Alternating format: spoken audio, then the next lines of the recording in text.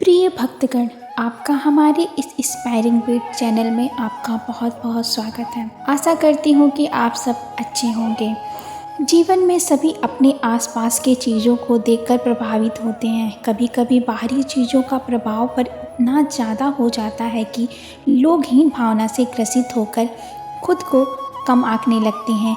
जीवन में ईश्वर ने जो किया है उसी में सबकी भलाई है, इसलिए ईश्वर का आभार व्यक्त करते हुए कभी भी खुद को कमज़ोर नहीं समझना चाहिए।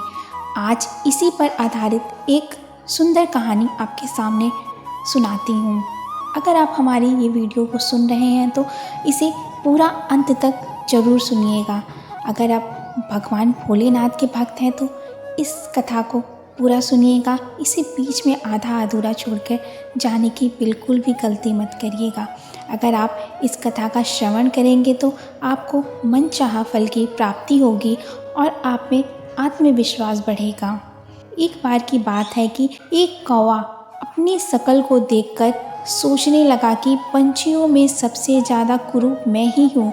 उसे लगा कि ना तो आवाज़ अच्छी है, ना ही पंख सुंदर है। काले रंग की वजह से उसे लगता था कि वह रंगों से भी वंचित है। ये सारी बातें सोचने की वजह से उसके अंदर हीन भावना से ग्रसित होकर दुखी भी रहने लगा और भगवान को कोसने लगा कि मुझे ऐसा जीवन क्यों दिया और जीवन दिया भी तो इतना काला क्यों बनाया। यही सब परेशानी लेके वो भगवान भोलेनाथ के पास पहुंच जाता है और भगवान भोलेनाथ से अपनी दुविधा और शिकायत व्यक्त करता है। तो भगवान भोलेनाथ मुस्कुराते हुए कहते हैं, जिसको जो मिलता है वो उतने में ही खुश नहीं होता है। जैसे तुम काले हो तो तुम्हें दुख है, एक काम करो, जो तुम्हें सुंदर दिखता है तुम उससे जाकर एक बार उसकी इच्छा पूछो कि वो क्या अपने इस शक्ल से खुश है या उसके पास जो गुण है ये उससे खुश है। तो और वहाँ से वो चला जाता है और बगुले के पास जाता है। तो बगुले ने कौवे की उदासी का कारण जानना चाहा तो कौवे ने जवाब दिया कि तुम गोरे चिट्टे हो, मैं तो बिल्कुल काला हूँ, मेरा इस दुनिया में जीना बेकार है।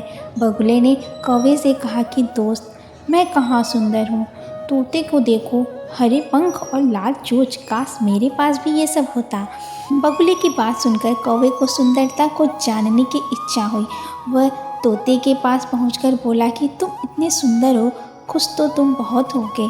जवाब में तोते ने कहा कि मैं खुश तो था, लेकिन मोर को देखकर दुखी हो गया क्योंकि वह मुझसे भी ज़्यादा सुंदर होता है।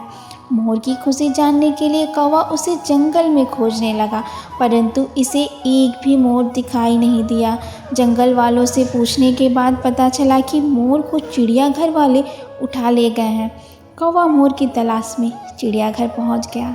वहां पर उसने मोर से उसकी सुंदरता पर चर्चा करनी चाही, लेकिन मोर उल्टा रोने लगा। उसने कौवे से कहा कि ईश्वर का धन्यवाद करो जो तुम सुंदर नहीं हो, वरना आज तुम भी पिंजरे में होते। इस कहानी से ये सीख मिलती है कि कौवे को अपनी गलती का एहसास हुआ। उसे समझ आया कि ईश्वर की बनाई चीज़ों पर सवाल नहीं करना चाहिए। ये अगर कौवा भी मोर के जैसे सुंदर होता तो वो बाहर ऐसे घूमता नहीं, वो भी मोर के जैसे सुंदर होता तो वो आज पिंजड़े में होता। तब वो अपनी सुंदरता पे कोसता, अभी वो अपनी कुरूपता पे कोस रहा था भगवान को। उसके बाद वह सुंदरता पे कोसता कि आखिर तुमने मुझे इतना सुंदर क्यों बनाया कि आज मैं इस पिंजड़े में बंद हूँ। इस कहानी के माध्यम से आपको भी बहुत कुछ सीखने को मिला होगा। इस कहानी के माध्यम से समझ में आया होगा कि इस कहानी में मैं आपसे क्या कहना चाहती हूँ। अगर आपको हमारी ये वीडियोस पसंद आती है और हमारी वीडियोस से आपको कुछ प्रेरणा, कुछ सीख मिलती है तो हमारे इस चैनल को लाइक और सब्सक्राइब ज़रूर कीजिएगा और अपना सपोर्ट दीजिएगा। और हाँ, और बेल आइकन को प्रेस करना ना भूलिएगा ताकि हमारे वीडियोस के नोटिफिकेशन आपको मिलते रहेंगे। मिलते हैं नेक्स्ट वीडियो में नई ऊर्जा के साथ, नई कहानी के साथ। तब तक के लिए आप अपना ध्यान रखिएगा और प्रेम से बोलिएगा हर हर महादेव। और हाँ, कमेंट में हर हर महादेव लिखना मत भूलिएगा।